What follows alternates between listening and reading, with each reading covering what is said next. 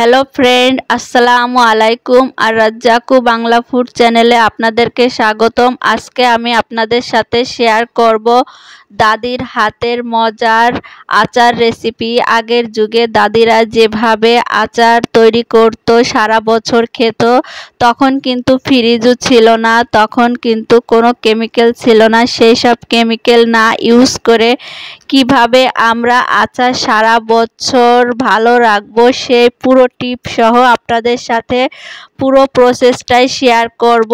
দাদির হাতের মজার আচার রেসিপি। প্রথমে যে আমগুলো আমরা সুন্দর করে ছোট ছোট করে কেটে নেব। কেটে নিয়ে এখানে আমরা দিয়ে দেব এই যে ধনের গুঁড়ো আর জিরের গুঁড়ো। এরপরে হলুদ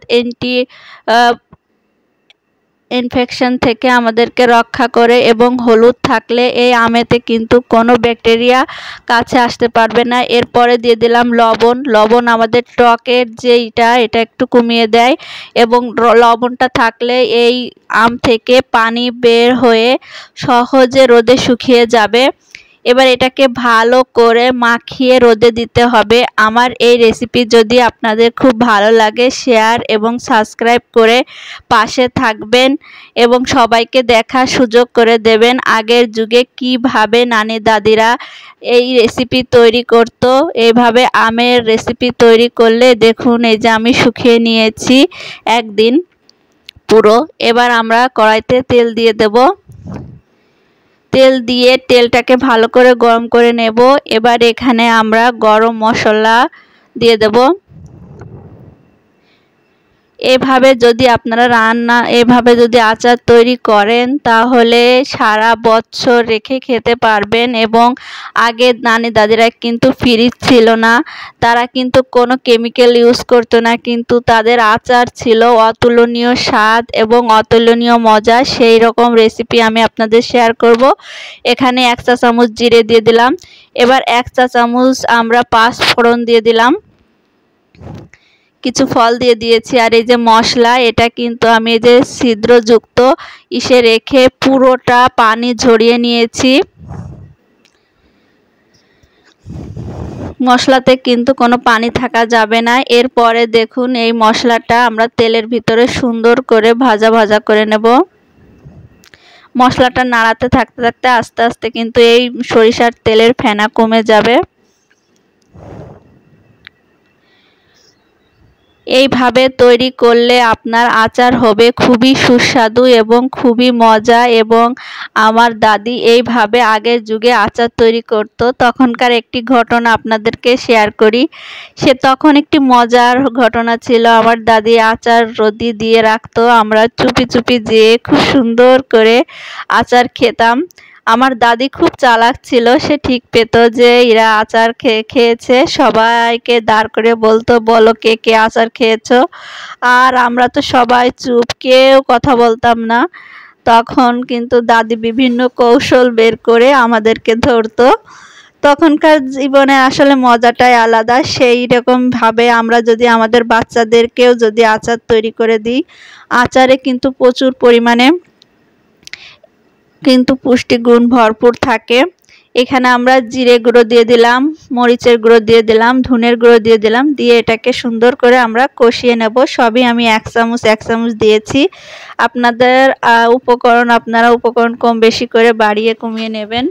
যদি আম বেশি হয় তাহলে একটু বেশি দেবেন, আর যদি আমার মতো হয় তাহলে আপনারা আমার পরিমাণটা ইউজ করতে পারেন। আমি সব কিছু 1 চামচ করে দিয়েছি, দিয়ে এটাকে নাড়িয়ে নিয়েছি 4 চামচের 1 চামচ করে দিয়ে। এরপরে আমরা এই যে এটা কষানো হলে এই আমগুলো দেখুন, শুকনো আমগুলো দিয়ে দেব। এইভাবে যদি সব কিছু যদি পানি না দিয়ে এভাবে যদি শুকিয়ে নিন, এই আচারটা এমনিতে কিন্তু অনেক দিন ভালো থাকবে এবং এই আচার থেকে সুন্দর একটা ফ্লেভার আসবে। আর মশলাটাও ভাজা করে নিতে হবে, যাতে মশলা থেকে কোনো পানি না থাকে। এবার এটাকে সুন্দর করে কষিয়ে নিতে হবে কিছুক্ষণ আমটা, যাতে রোদি দেওয়ার পরেও যদি কিছু পানি টানি থাকে তাহলে সেটার জন্য বের হয়ে আসে, শুকিয়ে যায়। এরপরে আমরা লবঙ্গ দিয়ে দেব। লবঙ্গ দিয়ে দিলে হয় কি, লবঙ্গ ব্যাকটেরিয়া থেকে আমাদের এই আচারটাকে ভালো রাখবে। আগের যুগের এইসব প্রাকৃতিক নিয়ম কিন্তু আমরা এখন আর কেউ মানি না। এই ব্যাকটেরিয়া থেকে এই আচারটাকে রক্ষা করবে।